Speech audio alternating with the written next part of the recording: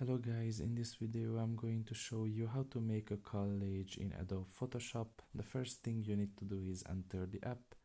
Once you are done with that and you are in the home page, you can just look in the top of your right corner, press on the three dots there and press on make collage.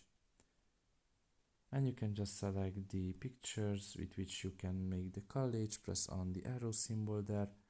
And this is how the collage is going to look like. You can manage it here.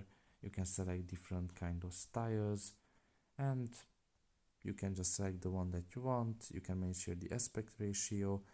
You can also replace it, maybe delete it if you don't like it. You can manage the borders, maybe add a border here or something. Yeah, it's up to you basically.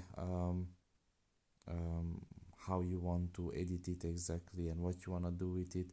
But after that you can just simply save it. Once you're done with it, you can just press on the download symbol and you can also share it with somebody in one of these applications.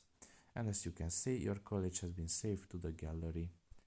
So that's pretty much it really. I hope this video was helpful to you. Thank you for listening and see you next time. Bye bye.